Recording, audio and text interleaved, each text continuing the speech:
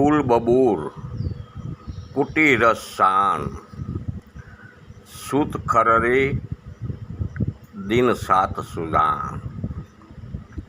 क्या बोल रहे हैं पहली कड़ी में? फूल बबूर कुटी रस शान, यानी कि जो देसी बबूल आता है, उनका जो फूल आता है, वो फूल एकत्र करके वो फूल को कूट कर उसका रस निकालने के लिए कह रहे हैं।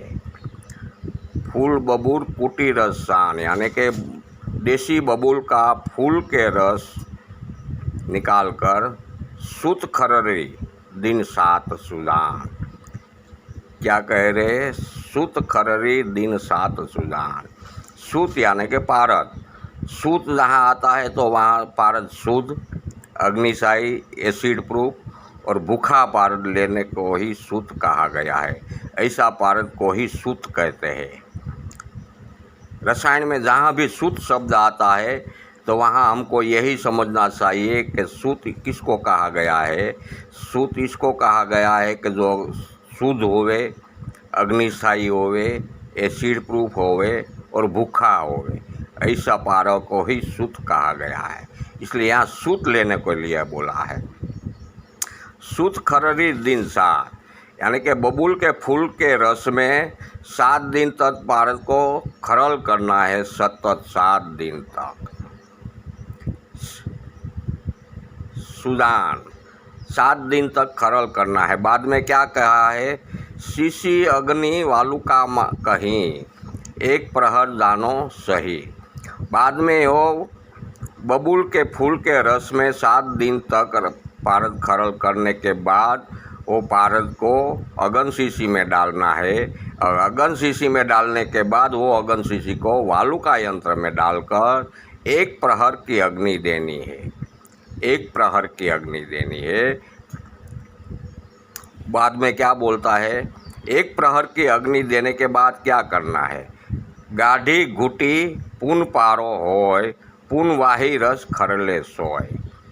क्या बोलते हैं? गाढ़ी घुटी पुन पारो होय, पुन वाही रस खरले सोय।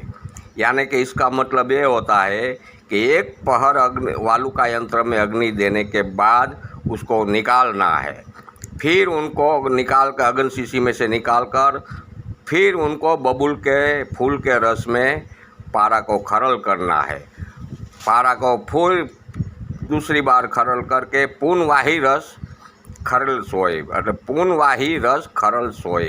फरी वही रस में खरल करके ये अगन शीशी में डालकर फिर उनको 1 प्रहर तक अग्नि देना है।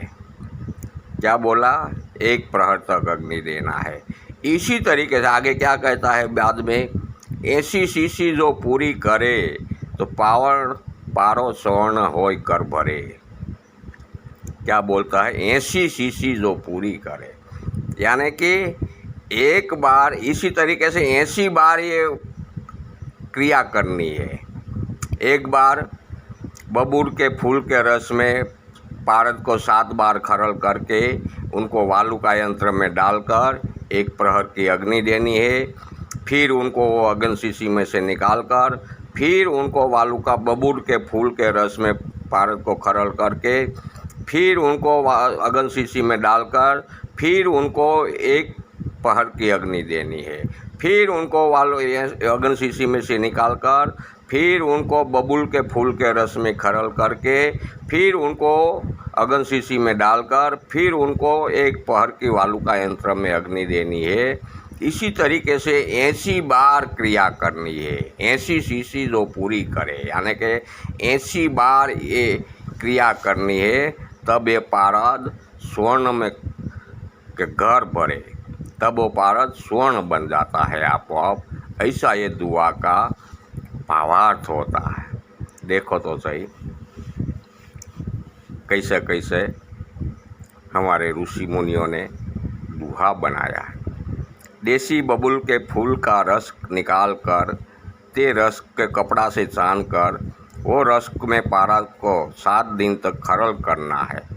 खरल करने के बाद वो पारद को अगन शीशी में डालकर वो अगन शीशी को 1 प्रहर तक मंद अग्नि देनी है।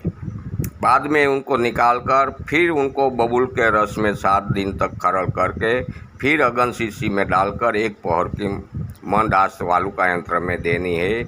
इसी तरीके से बारंबार 80 क्रिया इस बार ही करनी है पारद के ऊपर। तो 80 बार इसी तरीके से क्रिया करने से पारद आपो आप स्वर्ण बन जाता है। ऐसा ये दुआ का भावार्थ होता है। कैसे कैसे ऋषि मुनियों अपनी बौद्धिक क्षमता का उपयोग करके दोहा बनाते थे, जो दोहा आज हमारे सामने मौजूद है सभी शास्त्रों में। फेसबुक पर भी कई प्रकार के दोहा वायरल होते हैं। हर एक मानवी अपने अपने विचारधारा के अनुसार उनका व्याख्या करते हैं, उनका भावार्थ निकालते हैं। लेकिन जो चीज़ कुछ चीज़ कायमी लेनी है वो हम कायमी नहीं लेते हैं। इसके हिसाब से हमारा जो क्रिया इसके ऊपर करने के बाद फेल होने का कारण यही सबसे बड़ा होता है। शायद ये हम समझ जावे कि दोहाओं में जो भी चीज़ लेनी है इसमें से कुछ चीज़, यानी कि जहाँ पारद लेने की बात आती है, कोई भी प्रकार का दोहा हो इसमें पारद लेने की बात आती है। और जहाँ सूत लिखा है, पारद की जगह सूत लिखा है, तो सूत का मतलब होता है वो पारद ऐसा लेने का होता है कि शुद्ध किया हुआ, अग्निशायी किया हुआ, एसिड प्रूफ पारद और भूखा किया हुआ पारद को सूत पारा कहते हैं। ये हमारे रसायन शास्त्र में सूत कहा गया है ऐसे पारद को।